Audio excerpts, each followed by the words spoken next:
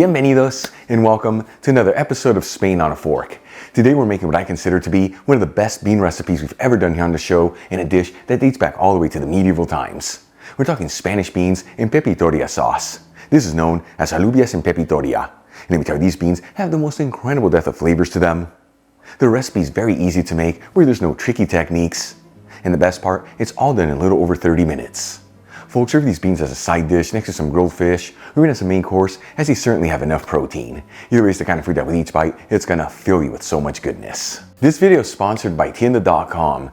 The Tienda is an online superstore focusing on selling all things Spain for your home and kitchen, and they've been around since 1996. And like I always tell you, they have the biggest selection of artisan Spanish ingredients like queso manchego, the famous jamón serrano and jamón ibérico, Marcona almonds, olives, the beautiful canned seafood from Spain, and all the spices you need to make all your favorite Spanish recipes, among so many other great ingredients.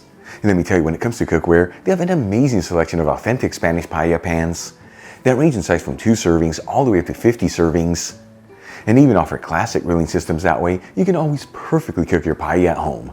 Folks, visit Tienda.com, let them know Albert from Spain on a Fork sent you there, and make sure you use coupon code on a fork during checkout for 10% off your order. Alright, let's begin by adding in 1 egg into a saucepan and filling it with some water, just enough to barely cover the egg. And then we'll heat it with a high heat. Once it comes to a boil, we'll place the lid on the saucepan and turn off the heat, and leave the egg to sit there between 10 to 11 minutes to end up with a perfectly hard-boiled egg. In the meantime, I'm going to heat a large fry pan with a medium heat, and add in a 1/4 cup of extra virgin olive oil, which is 60 milliliters. Important to use the good stuff here is what truly flavors the entire dish. Make sure you get the Spanish one I'm using in the description box below. While the oil is heating, I'm going to cut 2 slices from a baguette, each one being 1 inch thick, which is 2.5 centimeters. We'll also remove the skins from 4 cloves of garlic, and reserve 15 raw blanched almonds. You can also use raw almonds with skins here. Then we'll add the ingredients into the hot fry pan,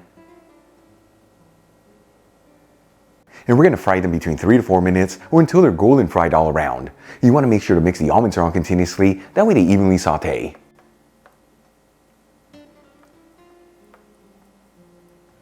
After about 4 minutes, and all the ingredients are golden fried, we'll remove the pan from the heat and transfer everything into a mortar, and you want to make sure to reserve any of the olive oil in the pan. Then we'll pinch in a 1/4 teaspoon of saffron threads into the mortar, which is 0.17 grams, and a dash of sea salt. Then we'll move back to the egg. Once it's hard boiled and peeled, we'll gently remove the yolk, add it into the mortar, and using a pestle, we'll pound down on the ingredients until we form a paste-like texture. If you don't have a mortar and pestle, you can also use a food processor here, stand-up blender, hand blender, or even a NutriBullet.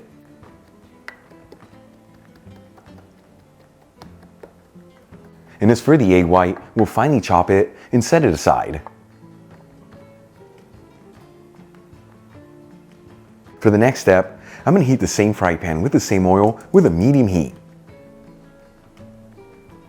While the oil is heating, I'm going to roughly chop 1 medium-sized onion.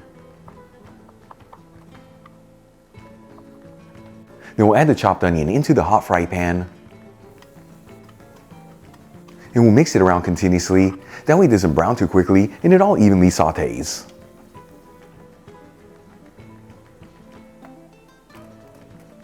After 4 to 5 minutes, and the onions are nice and translucent, I'm going to add in 1/2 cup of dry white wine, which is 120 milliliters. If wine is not your thing, you can sub it for any broth of your choice with a squeeze of fresh lemon juice. And then we'll turn it up to a high heat, give it a gentle mix, and simmer for a few minutes.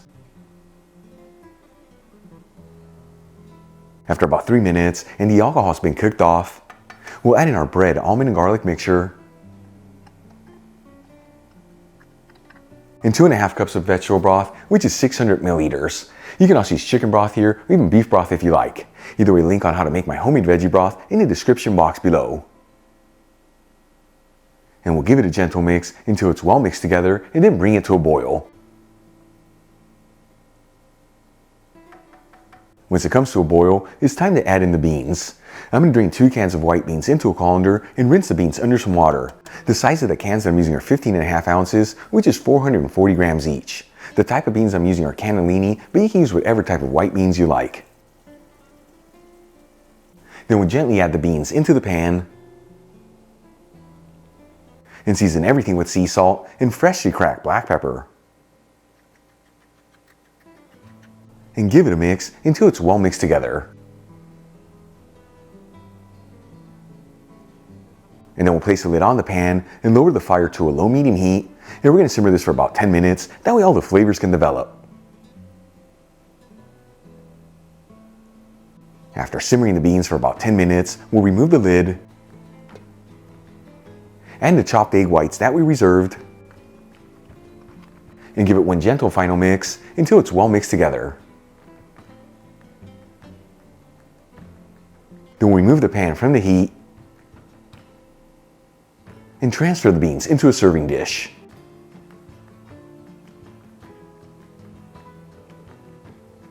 And for the final touch, we'll garnish with some fresh parsley. Check it out, Spanish beans and Pepitoria sauce. Easy to make, simple heart-healthy ingredients, and all done in a little over 30 minutes. Let's give it a try and see how it turned out.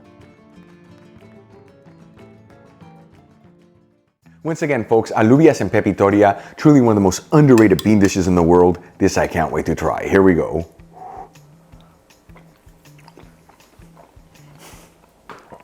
Check that out. I'm telling you, that is absolutely fantastic.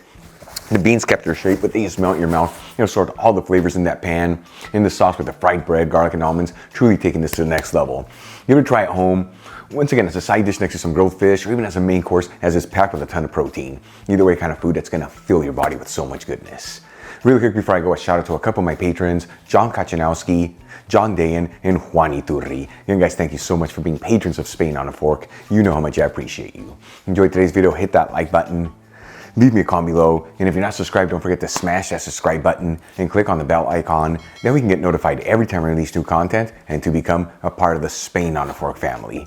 Till the next time, hasta luego.